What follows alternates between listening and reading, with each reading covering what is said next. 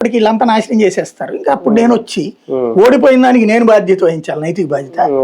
అట్లా కాదు అంటేను పార్టీ చెప్పింది చేయండి అనేసి వెళ్ళిపోయింది ఆవిడకి. ఆ కోపం వచ్చింది, ఈయనకి చిరాకేసింది, వచ్చేసాడు. ఆ తర్వాత కూడా ఎప్పుడు సోనియా గురించి మాట్లాడలేదు. ఇక అప్పుడే తనకు అర్థమైపోయింది కాంగ్రెస్ పార్టీలో మనం 100 మందిని ఒప్పించాలి, అధినాయకత్వాన్ని ఒప్పించాలి, గొడవలు పడే నాయకులను ఒప్పించాలి, రోజుకొకడు పేచీ పెడతానే ఉంటాడు. ఎంతమందిని ఒప్పిస్తా ఎన్నేళ్ళు నడుస్తుంది. రాజశేఖర రెడ్డి 25 ఏళ్ళు పట్టింది అన్నిటి మధ్యన సీఎం గానీ ఉన్నాడు కూడా. అలాంటి పరిస్థితుల్లో ఎందుకు మనకి అనుకున్నాడు, సొంత పార్టీ పెడితే బెటర్ అన్నటువంటిది ఒక ఫీలింగ్ వచ్చింది. ఇతను ఈ రూట్ లోకి వచ్చేసాడు. అట్లా పెడితే నేను ఆ సంగతి తేలుస్తానన్నటువంటి అధినాయకత్వం వార్నింగ్లు, జైళ్లు అయినా సిద్ధపడిపోయాడు అతను. ఎందుకంటే స్పేస్ ఉంది అక్కడ, అంతే. ఆ స్పేస్ ని తీసుకున్నాడు.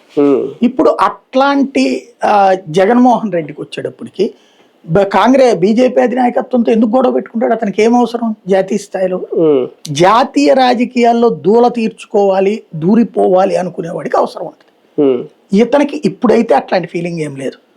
మేబీ ఇతను స్ట్రాంగ్ గా ఈ క్రిందసారి కనుక వరుసగా 2వ సారి గెలుచుంటే వచ్చుండేదేమో.